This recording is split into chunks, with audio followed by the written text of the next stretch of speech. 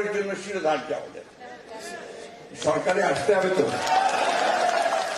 সরকারে আসতে হবে তো নাকি? সরকারে কখন আসতে পারবেন? জনগণ যদি ভোট দিয়ে আপনাকে সরকারে পাঠায়, তাই না? ভোট দিবে কখন? আগামী 5 বছর তাদেরকে সুষ্ঠুভাবে তার সেবা করবেন, তার কাজ করতে পারবেন, তাই না? সবখানে কি আমরা সেই সব শুনতে পাচ্ছি? পত্র পত্রিকায় বাইরে বিভিন্নভাবে সমালোচনা হচ্ছে না? এই সমালোচনা যেন না হয় তার কাজ করতে হবে। আমরা চাই না, আজকে আমি বলেছি যে যারা এই দুর্নীতি করে, যারা চাঁদাবাজি করে, জমি দখল করে, এরা বিএনপির লোক নয়, এরা দুর্বৃত্ত। আমরা দল থেকেও কিছু লোকের বিরুদ্ধে চেয়ারম্যান সাহেব ব্যবস্থা নিয়েছেন, তাই না? আমরা তাদের বিরুদ্ধে ব্যবস্থা নিয়ে থাকি। আর একটা কথা বলবে, এটা একদম আমার নিজের কথা, দলের কথা না। শিক্ষকদেরকে দল কানা হলে চলবে না। শিক্ষকদেরকে দলীয় রাজনীতির একটু দূরে থাকতে হবে, তাহলে শিক্ষা প্রতিষ্ঠান থাকবে না।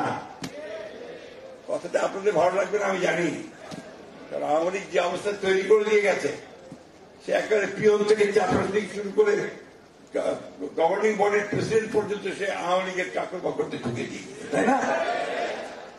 সেখান থেকে বের করে আনতে হবে তো, বের করে নিয়ে এসে আপনার যেন ভালো সুস্থ যারা রাখা বিদ্যুৎসাহী যারা কাজ করতে পারবে তাদেরকে নিয়ে আসতে হবে।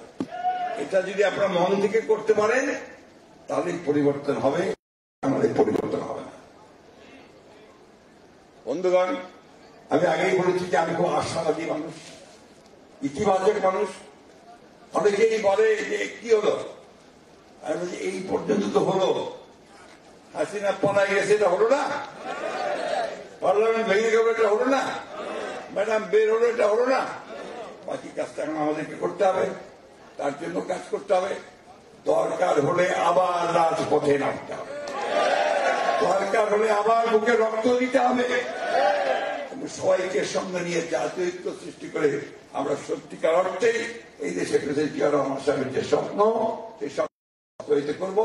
ম্যাডামের স্বপ্নকে বাস্তবায়িত করবো, তার একটা আমার সাহেবের স্বপ্নকে বাস্তবায়িত করবো। আপনাদের সকলকে ধন্যবাদ। আসসালামু আলাইকুম, খুদা হাফেজ। বাংলাদেশ জিন্দাবাদ, শিক্ষক সমাজ জিন্দাবাদ।